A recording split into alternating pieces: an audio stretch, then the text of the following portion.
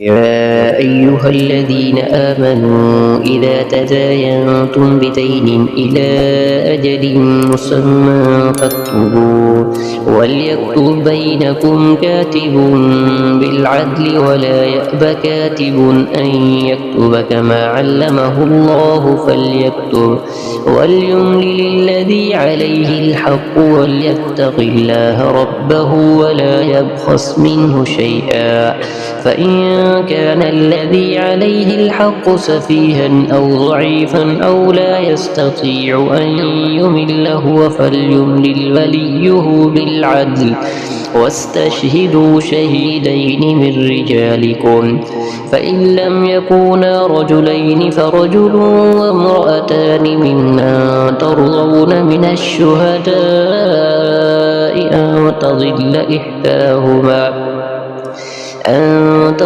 إحداهما فتذكر إحداهما الأخرى ولا يأبى الشهداء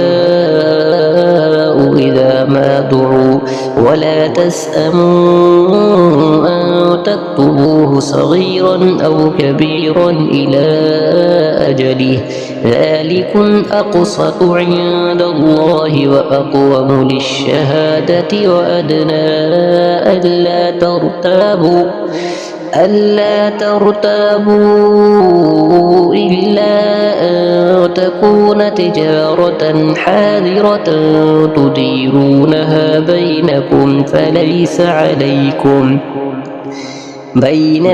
فليس عليكم جناح ألا تكتبوها وأشهدوا إذا تبايعتم ولا يضار كاتب ولا شهيد وإن تفعلوا فإنه فسوق بكم واتقوا الله ويعلمكم الله والله بكل شيء عليم وإن كنتم على سفر ولم تجدوا كاتبا فرهان مقبوضة فإن أمن بعضكم بعضا فليؤدي الذي اؤتمن أمانته وليتق الله ربه ولا تكتموا الشهادة ومن يكتمها فإنه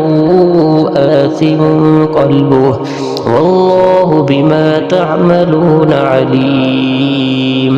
قرآن کا منہ چھو مٹے تھو قرآن کے کون پڑھے تھو چھو ان کا دور رہے تھو چھو ان کا دور رہے تھو چھو ان کا